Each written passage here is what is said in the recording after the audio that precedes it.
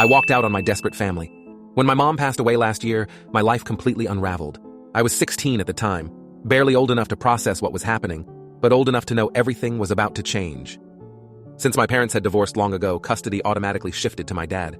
It wasn't what I wanted. I made that clear to everyone. But at 17, the system doesn't exactly give you much say in the matter. Dad and I have never been close. He was always on the road, working as a trucker, and even when he was around, he kept his distance emotionally.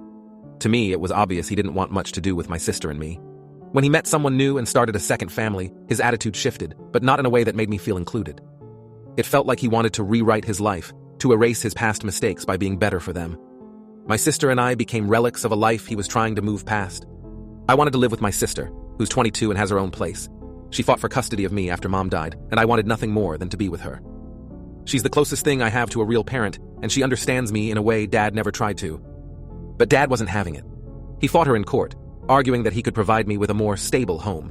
The judge sided with him, and that was that. No one seemed to care what I wanted. Moving in with Dad and his new family was as bad as I'd feared. His wife, my stepmom, seemed to resent my very existence. She barely hid her disdain, and her attitude was contagious. My step-siblings followed her lead. It wasn't like I was trying to cause trouble. I kept to myself as much as possible, but no matter what I did, I always felt like an outsider in their home.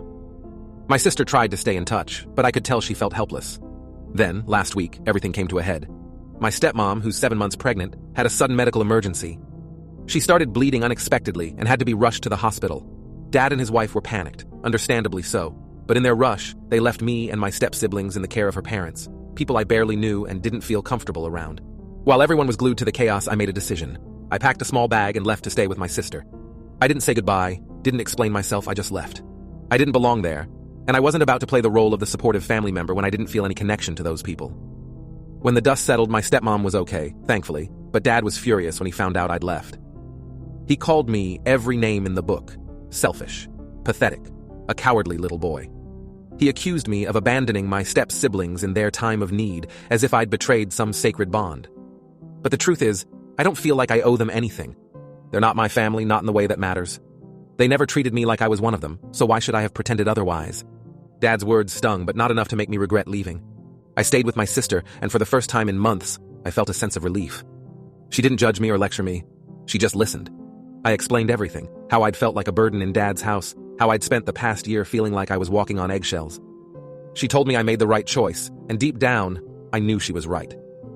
I'm not proud of how I handled everything, but I don't think I had a choice. I couldn't force myself to be part of a family that never wanted me. Dad and his wife will probably never forgive me for leaving, and I'm learning to be okay with that. Sometimes, you have to put yourself first, even when it means walking away from the people who are supposed to be there for you.